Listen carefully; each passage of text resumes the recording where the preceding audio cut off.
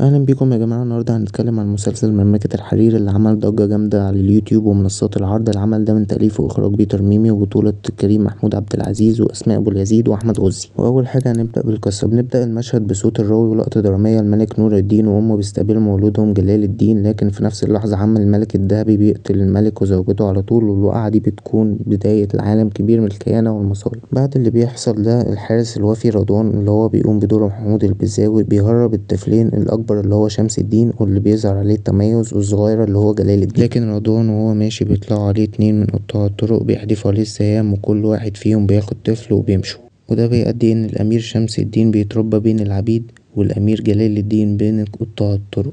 لكن الأخت الكبيرة جليلة أسماء أبو اليزيد بتفضل جوه عند الذهبي اللي بيحاول يستخدمها كورقة ضغط ويتزوجها لابنه عشان يثبت سلطتها. وبعد ما خلصنا القصة ننتقل للشخصيات، وأول شخصية معانا هي شمس الدين اللي بيقوم بدورها كريم محمود عبد العزيز. شخصيته مرسومة ببراعة، متأثرة جدا بحياته في العبودية والجيش المرتزقة. دايما تلاقيه مش واثق في الناس بسهولة، عنده إحساس داخلي إنه مش منتمي للمكان اللي هو فيه حتى قبل ما يعرف أصله الملكي. دايما في صراعات بين ولائه للمكان اللي اتربى فيه وحسه الداخلي إن في حاجة أكبر مستنياه. تحوله في الحلقة التالتة لقائد الحرس مش بس بسبب مهاراته القتالية، لكن لأن ده جزء من ترتيبات القدر اللي هتوديه المكان الطبيعي وسط الصراع على العرش. رمزية شمس الدين بيمثل فكرة الغريب اللي راجع يطلب بحقه، زي شخصيات تاريخية زي موسى في القصص الدينية أو سيمبا في الأسد الملك، وكلها رموز للشخص اللي خارج من وطنه وتربى بعيد لكنه راجع يسترد مكانه.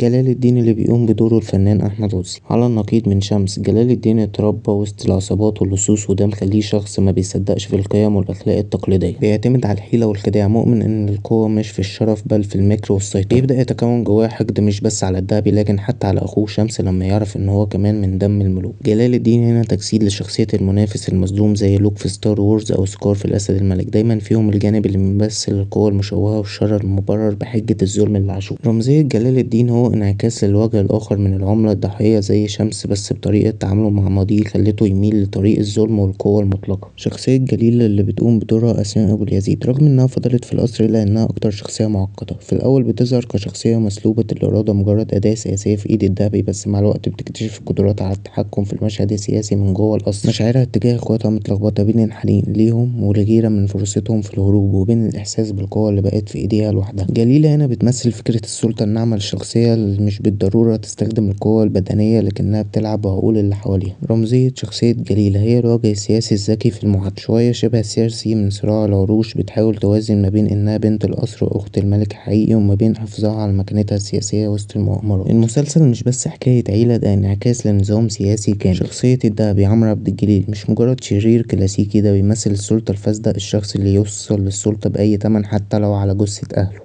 في الحلقة الأولى والتالتة بنشوف بوضوح ازاي بيحاول يسيطر على كل مفاصل الحكم، من الجيش للحرس الملكي لرجال الدين اللي بيشرعوله الظلم.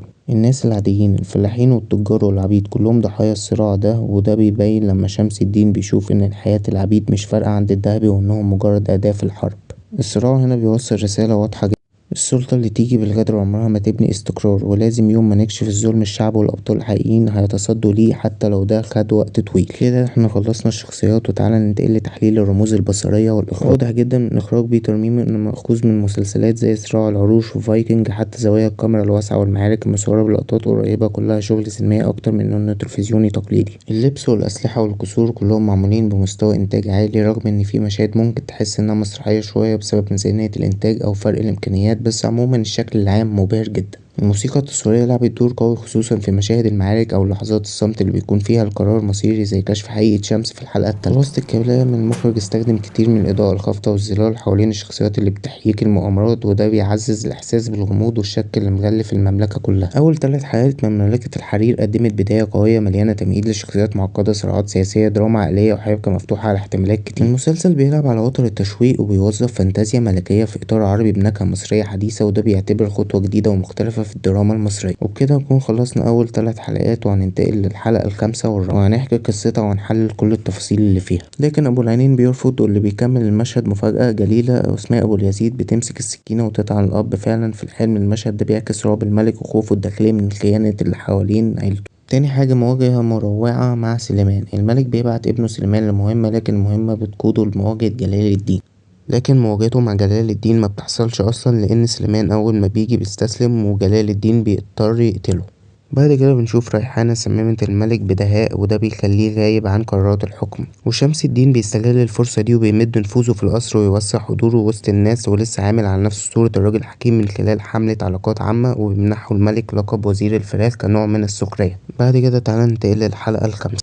أول ما بتبدأ الحلقة بيكتشفوا إن في نوع جديد من السم بيهجم على الجسد من جوه وبيقضي على الحراس، والحكيم بيكشف التفاصيل ما بينهم، وشمس الدين بيبحث عن الجاني. بعد كده بنشوف جليلة بعد ما هربت وتتعاون مع واحد اسمه ريان بيوصلوا معسكر العبيد اللي بيتقسم بين قائدين ركان ونواري.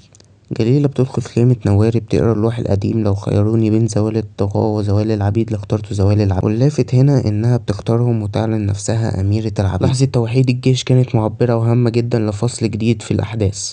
وعلى الناحية التانية الأمير الدهبي بيأمر شمس إنه يقتل ريحانة لأنه فاكرها إنها السبب في موت الجيش. بعد كده القصر بيتفتح وجلال الدين اللي هو الأمير الحقيقي بيتدخل الجيش ويسيطر على القصر، بيقبض على الملك ويكشف عن هويته الأخيرة: أنا جلال الدين الوريث الشرعي للمملكة. تحليل الحلقة الرابعة والخامسة. الشغل على بناء الشخصيات. الحلقة الرابعة بدأت بتظهير تدهور نفوس الملك والجليلة والشمس. الحلقة الخامسة قلبت المفاهيم تماما، جليلة مش بس ضحية، دي أصبحت بطلة ورافضة تتنازل عن حقها. شمس الدين رغم نواياه مش واضحة لكنه بيمشي زي الثعلب سياسي بيستخدم الحملات والحبكة علشان يسيطر. جلال الدين قدم نفسه كظهور مفاجئ قوي بالحلقة الخامسة لما بين فجأة إنه الوريث الحقيقي. نيجي لآخر حاجة وهي هل مسلسل مملكة الحرير شبه مسلسل جيم اوف ثرونز ولا لأ؟ أولا هل الصراع على العرش موجود؟ بصراحة موجود. في جيم اوف ثرونز كل واحد في الممالك السبعة بيحلم يقعد على العرش الحديدي سواء كان يستحق ولا لا. وفي مملكة الحرير عندك صراع دموي على العرش المملكة بعد ما الدهبي قتل الملك نور الدين وكل الناس بقت عايزة الكرسي وكل واحد شايف نفسه الأحق. تاني حاجة مين ضد مين؟ في جيم اوف ثرونز عائلات لوردات وخونة في الآخر محدش صاحبك غير مصلحتك. في مملكة الحرير نفس النظام، عندك شمس الدين جلال الدين جليلة واخواتهم اللي اتفرقوا عن بعض وكل واحد طالع في حتة ومفيش حد عارف التاني بيفكر في ايه. تالت حاجة هل في تنانين؟ لا مفيش تنانين في مملكة الحرير ولا جيش الموت الأبيض، بس في شغل تصوير عالمي وإخراج بيتر ميمي اللي بيحاول يديك نفس الإحساس بالعظمة والمغامرات بس بالمصري. رابع حاجة الخيانة والمؤامرات، الاتنين فيهم خيانة على كل لون. في جيم اوف ثرونز ليتل فينجر سيرسي حتى الإخوات بيخونوا بعض، وفي مملكة الحرير من أول الدهب اللي قتل أخوه لحد التحالفات اللي كل يوم بتتغير. تحس الدنيا كلها ماشية بمبدأ أنا ومن بعدي الطوفان. خامس حاجة الشخصيات الرمادية. في جيم اوف ثرونز عمرنا ما عرفنا جيمي لانستر طيب ولا شرير، سانسا بريئة ولا مكارة. في مملكة الحرير شمس الدين وجليلة كلهم رمادي، كلهم عندهم دوافع وفيه خير وشر في نفس الوقت. سادس حاجة الفرق الكبير، لازم نتعرف فيه فرق في قصة عالمية، ممالك حروب جيم اوف ثرونز سحر اساطير تنانين انتاج ضخم مليارات، مملكة الحرير مسلسل مصري بانتاج ضخم بالنسبة لمستوانا لكن بعيد عن الفانتازيا الاسطورية، كله في عالم خيالي بس بلمسة واقعية اقرب لثقافتنا. الخلاصة مملكة الحرير مش كوبي بيست من جيم اوف ثرونز، بس واخد شوية افكار عالمية ملفوفة في ورق مصري بنكهة بيتر ميمي. لو انت داخل تدور على تنانين وجدار جليد هتزعل، لو عايز قصة صراع عائلي دم خيانة مؤامرات ممكن المسلسل يعجبك. بالمصري كده على قدنا بس بنحاول. وبكده يكون خلصنا الحلقة، ولو عايزين تحليل تاني قولولي في الكومنتات واعملوا لايك وسبسكرايب للقناة، وسلام.